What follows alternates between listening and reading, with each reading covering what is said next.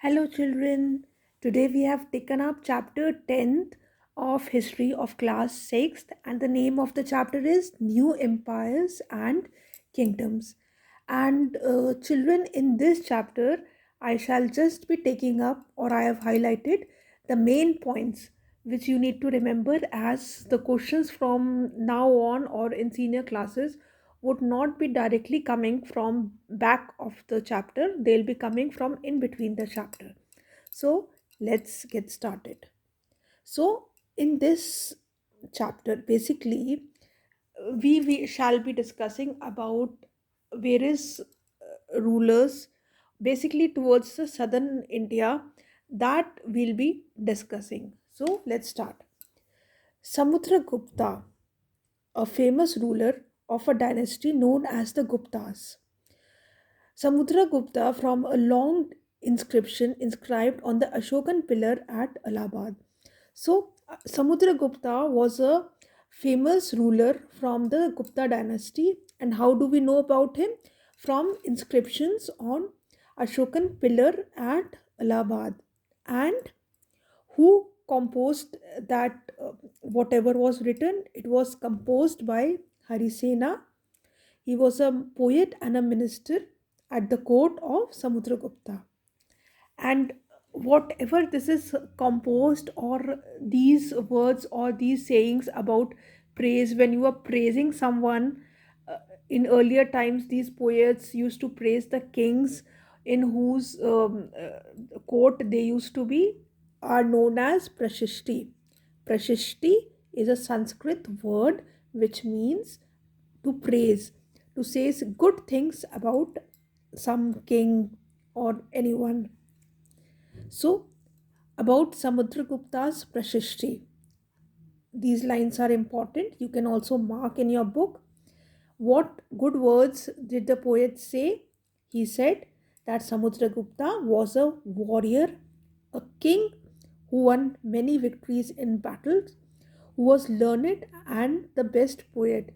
He also calls him a good poet, a best poet. And he also described him equal to God. He said he is so good that he is equivalent to the gods.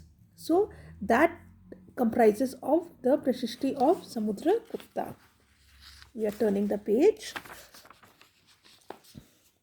Okay. Now over here we have Harisena describes four different kinds of rulers and tells us about Samudragupta's policies towards them. So, uh, Harisena is describing four different types of rulers, and how was Samudragupta controlling their empire, or what role was Samudragupta having in the lives of those rulers. The first, the ruler of Aryavarta, the area shaded in green on the map. Here, there are nine rulers who were uprooted and their kingdoms were made part of Samudragupta area in green. This area, nine rulers were over here. They were uprooted, matlab they were beaten in battle, and their area was added into Samudragupta's empire. The rulers of Dakshinapath, these dots, red ones, are these are 12. These were also defeated by Samudragupta, and then Samudragupta allowed them to rule again. Samudragupta conquered these Dakshinapats and he included their area into his kingdom, but later on he allowed them to rule their own kingdom, but still they'll be under the obligation of Samudragupta. Third, the inner circle of neighboring states, including Assam, coastal Bengal, Nepal, and a number of Gana Sanghas in the northwest, marked in purples on the map, they brought tribute, followed his orders, and attended his court. So, the area marked in purple color, okay, they were also they were this area, they were asked to follow his court, or be active participants of his orders, by taking his orders, everything. And the last area of the blues, this, including Sri Lanka. Okay? They were the descendants of Kushana and Shakas and the ruler of Sri Lanka who submitted to him and offered daughters in marriage. So they they also submitted. They themselves went forward and they submitted themselves and offered a further relation also. Matlab, they said, okay, our children will get married. Next, if we talk further about Samudragupta's family, his mother, etc., if we talk or discuss detail about them, mother's name was Kumara Devi, belonged to Lichavi Ghana, while his father Sir Chandragupta was the first ruler of the Gupta dynasty to adopt the grand title of Maharaja Adhiraj, and that title Samudragupta also used. So this is also a very short and a very important question, that who took the title of Maharaja Adhiraj. So his father took. What was the name of father? Chandragupta. Okay, these are something very short and very important. Now further, if we talk about his court, important thing over here to remember was, important people in his court were Kalidas the poet, Aryabhatta the astronomer, and further, how do we know about them? From inscriptions and coins. Coins also, things were printed. So these are the places from which we know about Samudragupta. Now further is we'll be reading about Harshavardhan and Harshchitra. Harshavardhan, who ruled nearly 1400 years ago, was one such ruler. His court poet Banabhatta wrote his biography, the Harsha Charitra, in Sanskrit. So, like Guptas, Harshavardhana also ruled nearly 1400 years ago, and Banabhatta wrote about him. So, how do we know about him? Through Banabhatta. And Jiang Zhang also spent a little time in the court of Harsha. So he also spent some time. So we know things about Harshavardhan. Now, if we discuss further about Harshavardhan, naturally he was not the heir to the throne. Matlab, naturally he was not entitled to be the ruler, because he was not the first child of his father. He was not the eldest son of his father. So, but he became the ruler after the death of his father and his elder brother, and became the king of Thanesar, and his brother-in-law was the ruler of Kannauj, who was also killed in a battle by the ruler of Bengal. So Harshvardhan took over Kannauj also, and then led an army against the ruler of Bengal. So he was the ruler of Thanesar, and then later over he took over Kannauj also, and then he attacked the ruler of Bengal also. Although he was successful in the east and conquered Magadha and Bengal, he was not as successful elsewhere. He tried to cross the Narmada to march into the Deccan, but was stopped by the ruler belonging to the Chaulaka dynasty, Pulakeshin too. So he was good in the eastern side, but as he tried to cross Narmada and go towards the south, over there he was not very successful. So who stopped him? Chaulaka dynasty, Pulakeshin too. These things are also very important. And in in eastern side, till where he could conquer, these small points you should remember. The place he was ruling is Thanesar, his brother-in-law was from Kannauj. These are some very important points to remember. Next, we are coming at Pallavas, Chokulas, and Pulakeshin's Prashishti. The Pallavas Chokulas were the most important ruling dynasty in the southern India.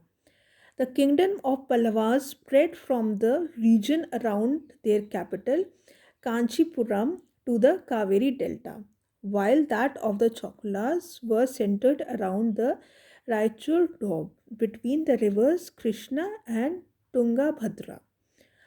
Ahihole, the capital of Chokulas, was an important trading center. It developed as a regionalist center with a number of temples. The Pallavas Choklas frequently traded one another's land, especially attacking the capital cities, which were prosperous towns. The best known Choklas rulers were Pulakeshin II. We know about him from Prashasti composed by his court poet Ravi Kriti. Pulakeshwan eventually got the kingdom from his uncle. So, this is some important facts about the two dynasties and where their kingdom was, how much land they were having, and what was the system. They used to raid each other's, they used to attack each other's land, and that way things were going around. So, these are important points. You can mark them as 1, 2, 3, 4. It is good to write your answers in point form rather than writing in paragraph. So these are important. Please mark them and you can read them on your own.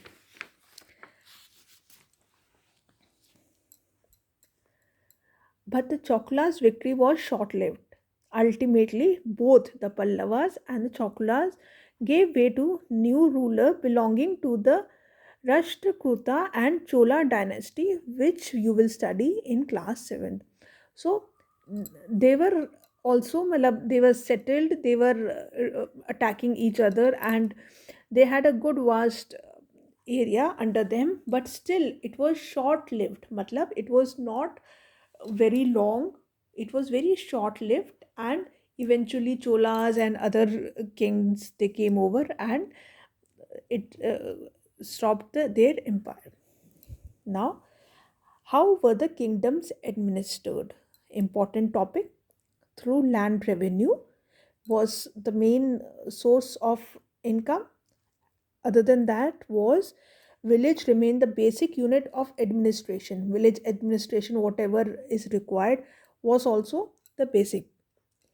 Kings adopted a number of steps to win the support of men who were powerful either economically or socially or because of their political and military strength. For instance, other than that, village administration, etc., also the kings used to support strong people or who were economically or socially in the society.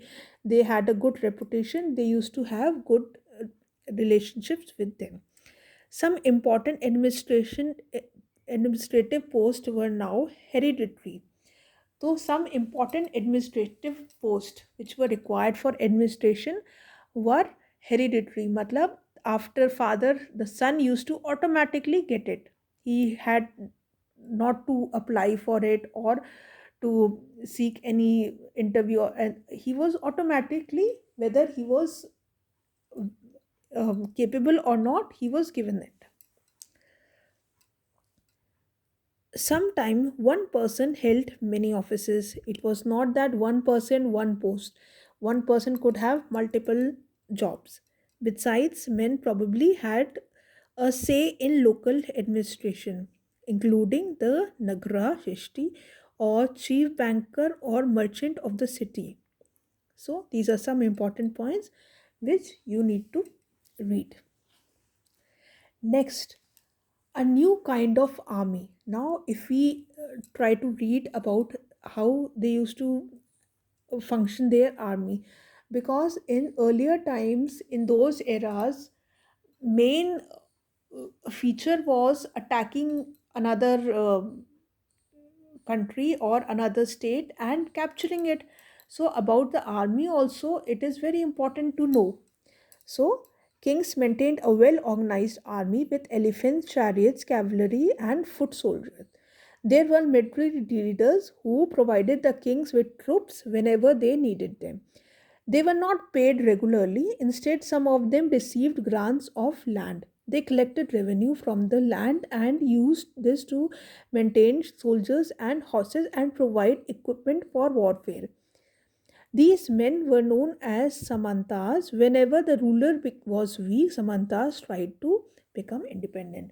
So, those times the army used to maintain by good elephants, all these animals who used to increase the mobility were added, and there were good military leaders also who provided king with troops. Matlab, in a village, there used to be some person who used to train a group, and those people were not paid regularly by the king. Whenever king used to say, please get your group of people, we are going for a war, he used to get them. And in lieu, they used to get grant, etc. And this way things were going well. And these people, these chief, these were known as samantas. But at times what they used to do is, if the king was weak or he was not in a very, so they used to come in power and take over. So that was also going on in those times. Assemblies in southern kingdom included the Sabha, which was an assembly of Brahmin landowners. This assembly functioned through sub communities which looked after irrigation, agriculture operations, making roads, local temples, etc. So, sabhas which were uh, worked or they were done by Brahmin landowners did all the basic functions. The Ur was the village assembly found in area where landowners were not Brahmins, and Naganam was an organization of merchants. It is likely that these assemblies were controlled by rich and powerful landowners and merchants. These are also very important points about the life of ordinary people. See, about the life of ordinary people, nothing too much is known, because their life were not too much control, or they were not too much written much about them. Just normal few poems or little stories were written. But there is a Chinese pilgrim, Fazian. So, who is a pilgrim? Please write it down in the comments below. Notice the plight of those who were treated as untouchables. So, this person, this Chinese person, is writing what he observed in India. He's writing that few people were known as untouchables if they used to enter the town or the market area. So, how the other people used to react or they used to do, that he wrote. And Banabhatta provided us with a vivid picture of king's army on the move. So Banabhatta also has provided us little info about how things in those times used to do function. So these were few important points of the chapter which you need to mark and make point wise notes of them, because as you're going into senior classes you shall be getting questions from in between the chapter, not directly from behind the chapters. Question answers from behind the chapters also we shall be taking in upcoming videos. If you like the video, please do like, subscribe and share with your friends. Okay, bye.